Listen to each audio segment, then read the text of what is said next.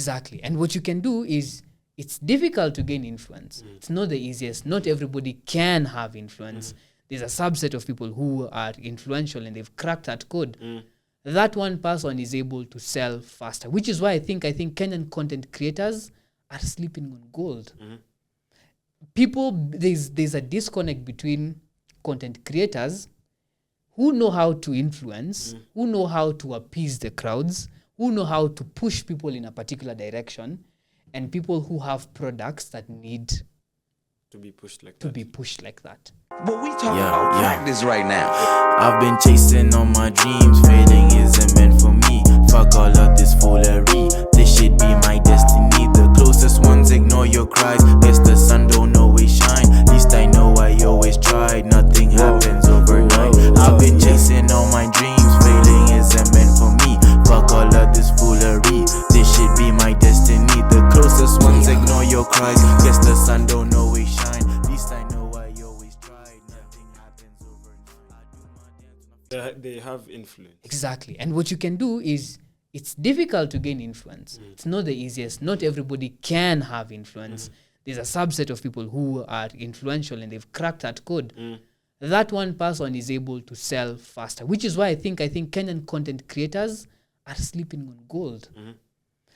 People, there's a disconnect between content creators who know how to influence, who know how to appease the crowds, who know how to push people in a particular direction, and people who have products that need To be pushed like that. You have that very big mismatch. If anything, maybe please don't take my advice. I'm not here to give advice. I'm just sharing a thought. It would make sense for someone who's really good as a tech and knows how to code to link up with another person who's a very good videographer and link up with another content creator, give them shares in the company and tell them, by the way, your role is to continue marketing our product. We've seen that with Kina Eric Omondi. Some of them are really good, only that they work on bigger scale. They are like established companies. Now goes back to, I was supposed to make a point on startups. You could run a multi-billion-dollar company that is still considered a startup. Why? Because startups are a methodology. The concept behind startups is a methodology. It's a methodology which you are building something that is bound to continue scaling. The moment you stop scaling, you're now not a startup anymore, which means you could have 800,000 people working for you, and you're still growing, and you're still changing your tactics, and you're still evolving by the day. You're still considered a startup. The moment you stop growing, you become either a massive business or a small business. And that is the bigger distinction between a small-scale business and large-scale business. And a startup. Where? Because my brain. A startup has the potential for growth. They optimize for growth. A small-scale business optimizes for profit and instant gain. So startups are there to solve problems. Profit is not. Profit, in fact, startups, like to this day, I think Snapchat is still losing money. They've never broken. Well, they refuse to sell. So. Selling wouldn't solve the problem because it would make money for the parent company. And of course, if they were to sell to any other company, they would probably buy it because of the data Snapchat has. They would buy because of the data, not because Snapchat is a valuable company. If anything, Snapchat is only racking around $3 billion a year. But I think they have an expenditure of more, like they have a lot more. Maybe it's $15 billion. So they're running at loss. They are running at loss, and they've been running at loss for maybe 10 years now. How do you still stay in business? Because you are getting investors who believe in what you have. So they're willing to still pour money and see it go down the drain because they understand the vision is greater than now. Exactly. That again goes back to investors. So we have good investors and bad investors. Bad investors chuck at the sight of loss. Good investors are there for the long game, which means they are willing to stay consistent and present until you make money, right? So you in fact, many of the startups that you hear, the big ones, run on losses. They run on losses for a while until they have a model which, Facebook, how long did it take before they started commercializing through ads? Maybe 10 years.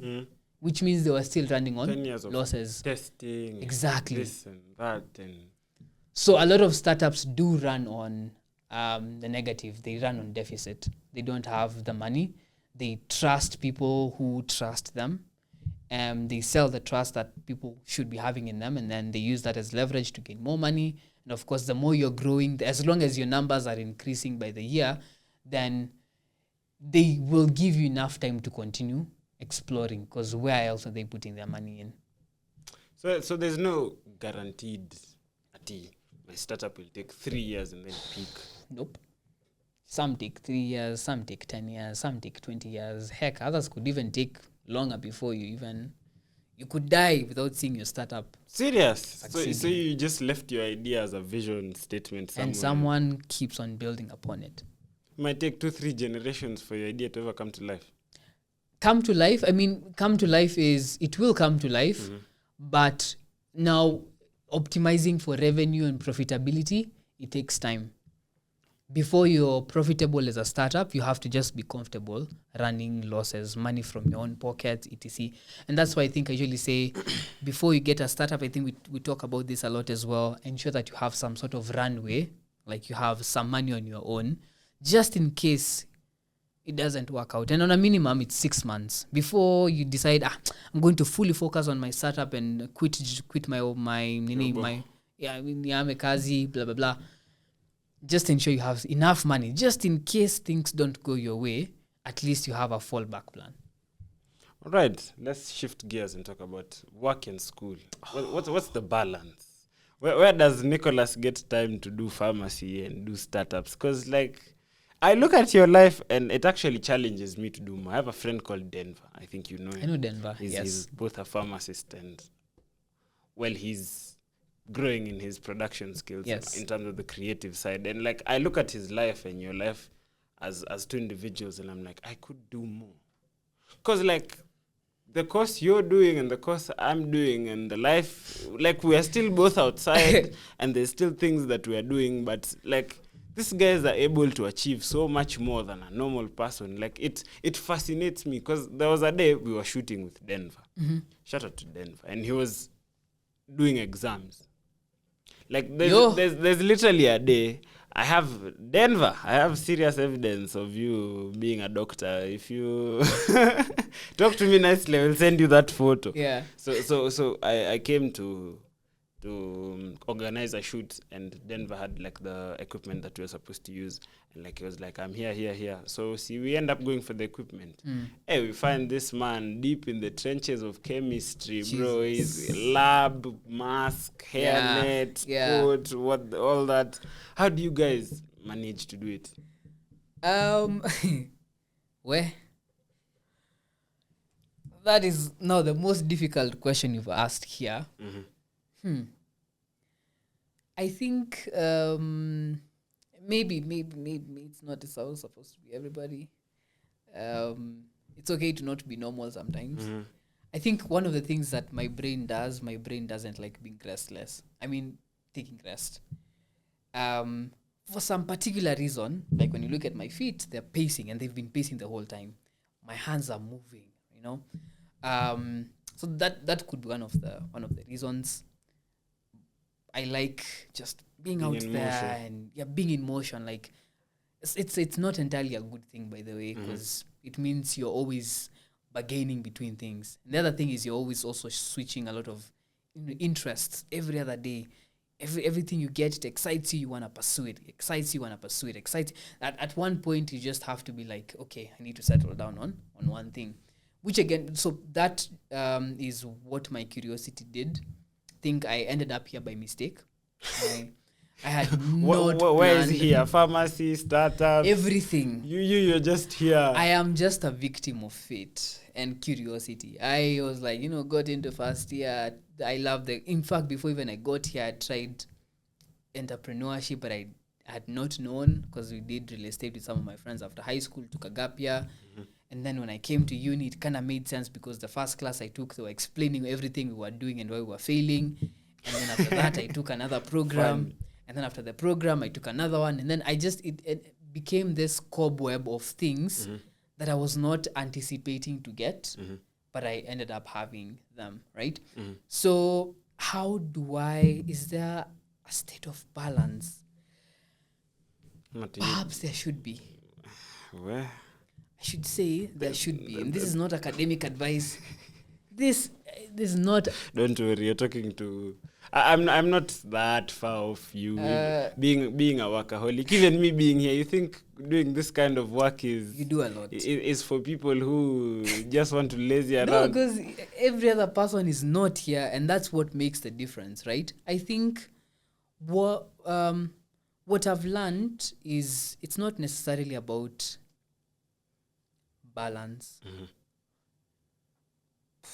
Because maybe we need to redefine what balance means. Because a lot of times when you talk about balance, it's how do you 50% this and 50% that. That makes sense. You can't can't 50% Yeah, you this can't. and 50% that. You can split it in half and say, I'm going to commit 50% of my morning here and 50% of my evening here. You can't. What I think keeps me going, I think that's a better way to answer it. I think how I keep doing things is that the more I do them, the more I see relevance in doing them. The more I study pharmacy, the more it just makes sense to continue studying pharmacy. Why? Because I know how it's going to play out in my story later on. But the more I stay with the startups, the more I see value addition, value provision, the more I see more opportunities coming in through, the more I see myself being established. So it also makes sense. So am I going to split myself in half? Maybe not. And I think I was in that Predicament. state of mind. Yeah. It's like, wow, things are getting insane. But then I've learned it's okay. Build good structures, because I think structures is what is going to hold you through everything. And again, in the era of AI, I don't think why everybody should not be multitasking. At least not multitasking, but trying out multiple interests. Do something. Because you don't have to do everything right now. That's the thing. Like, what you want to do is find yourself in a state of mind where you're able to do what matters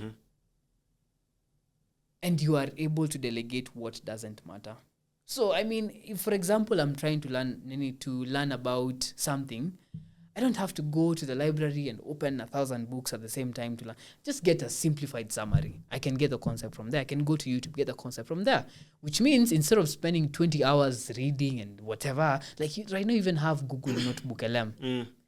You can literally listen to a podcast of a lecture. Whatever PDFs you have. It saves you time. The more you listen, perhaps a lot of people learn by listening. Maybe for some of them, they listen by reading, which is okay. But I think we have a lot more time in our hands. When you ask other people who went through the traditional, the not so digital academic system, they'll tell you there was no way they could have made their lives easier. If you have to write a 2,000 word essay, it has to be 2,000. You will write it, even if the lecture won't mark it. Right now, through a way or two, I'm not saying this is something people do, but through a way or two, you're able to go through chunks of research. You're able to fragment your work a lot easier. If you're using smartphones, you have access to Google on demand anywhere you go at any given time. I think it should justify a lot of us trying out more things.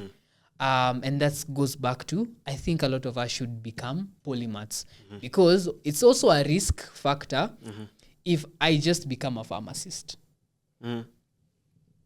There's a very big aspect or chunk of maybe some courses which can be automated.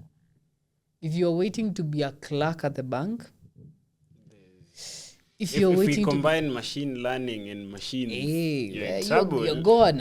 The other thing, if you're waiting to be a secretary to someone, they have Claude, they have other personal assistants that they're using every other day. Might not be as effective right now, but you forget that AI is only 4 years old. It's still developing. It's still developing. Well, not 4, because technically BlackRock introduced the AI into 8, so... Yeah, I mean, there's some concepts which date a lot, but the AI which is now being used, being cross-referenced across every other... Open source AI. Yeah, the open source AI is typically... 4 or 5 years old. 4 or 5 years old. So it's like, it's still a baby, and it's doing a lot of things which people find difficult, which means if you give it 10 more years, you aggregate that learning curve, you aggravate the learning curve actually... A lot of people will be displaced. If your job can be defined in one sentence, There's a problem. Yeah, if you're not connecting people, you're not somewhere connecting people and machines, you're not harmonizing, it's going to be difficult, which is why you need to become multifaceted. Because yes, AI can do this, but it can't do this, which is why you should keep me. So, but the only way to justify that is if you're multifaceted, you're a polymath. I advocate for people to explore multiple interests, become diverse. Yeah. What interests of yours might you have that have come about as a result of your curiosity? Like something you'd never thought you'd do, but out of curiosity, you're like, I think I would want to probably own a horse. And then that horse, I didn't know, I've side quested a lot. Do you think it's advisable for people to side quest? I think, do you know? Yes. I think we're living like a more boring life now more than ever. Like we're always looking at these 6-inch screens that we have in our pockets. Life is literally just passing you, and like you never get to appreciate the true journey of so things. Unfortunate, man. We've gotten to a point where all our achievements are compiled onto digital albums of ourselves online. It's and crazy. If you don't have those, then it feels like you're a failure. Or at least you're missing out. It's so unfortunate. Yeah, you're missing out. I think it's important for people to side quest. I perhaps also think it's an opinion of mine, so I'm just sharing opinions. The best things come when you're not looking. I wouldn't talk about love, but every other it's just fair point. No, you see, the problem with this show is I don't want this to be a love doctor kind of thing. No, I am not. In fact, I'm the worst person to ask for relationship advice. How comes? You're... Yeah.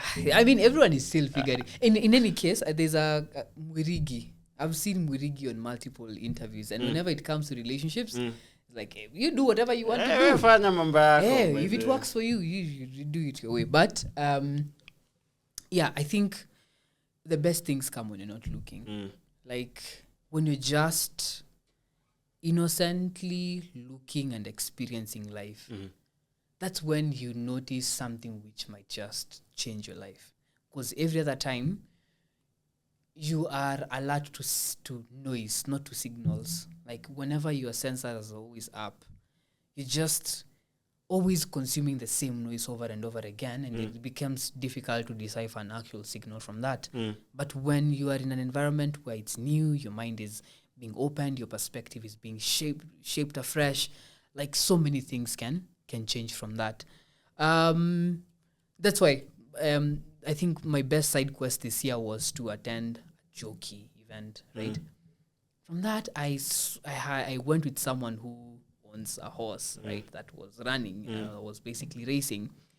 And I saw the excitement on his face when... There's a lot of money involved. And then there's a lot of money involved. And then I'm like, but not just that, you also get to meet very exclusive people. And I was like, yeah, this is something I'd like to try. I'd never seen this side of life. Now I've seen it. Now I know the moment I get my first milli, I'm going to that auction. Getting some kahos there to race for you. Kahos to race for me, because I know every other time I'll come check on the horsey. I'm also coming to meet very exclusive people that also, it will change my perception of life, will change my social circles, will influence me in a lot more positive way than I possibly could have by just sitting around and doing the same things over and over again.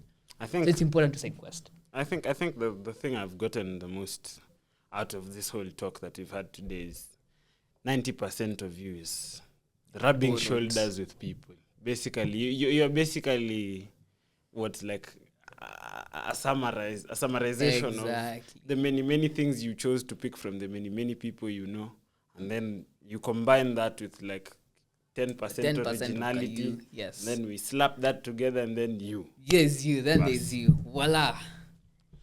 Man, it's been amazing. We might continue for hours, but for today, I've actually not touched on the pharmacy side, because I have a lot to talk about when it comes to medicine and like the how we got where we are, even like the money side of it. Okay, let's just mention that our government is a big joke, by the way. We don't want this Ebola story, guys. Keep those people now. I think the saddest part is seeing someone standing on a public platform and saying, yes, we're ready. People. Yeah, we're Bro, ready. what? I think now we've switched gears entirely. I think we need to end the show because the next 20 minutes might be very frustrating for every other person. But yeah, we share the same sentiments. I think you just wake up in this country and you're like, you just have a normal day. Man, like, can I just have what? Today, sijui this one has said this. Mara children are being abducted. Kiwei. Mara sijui they're adding invisible tax. Mara sijui... Bro, like... Yo... What a time to be alive. What a time to be like, alive. Like, that's the only thing I can say. What a time to be alive. Genuinely. Hopefully they don't introduce another pandemic, but if they do, episodes will still be coming. Subscribe, like, and share. This is the Dream Chasers podcast. NICHOLUS, KIOKO, thank you very much. Thank you so much for having me as well. I will see you on the next one because this is a first of many. You will be back here. Let's see how that goes, but can't wait. But we will try to keep it spaced. And we will try to keep it safe so that a black Subaru does not start following you. Have you heard me say anything that would otherwise suggest I need a Subaru on my doorstep? Nope. For today, we will keep it that. But whatever thoughts you have, I also have them. Just know I have them. I wouldn't say them. It's just that you won't air them out. Yeah. See, I know. Like that Spider-Man meme. Yeah. I know you know. I know you know. But I can't prove that I know you know. But I know you know. Yeah. So thank you very much, guys. Like, share, subscribe. We will be back with more episodes later. Ciao. That was good.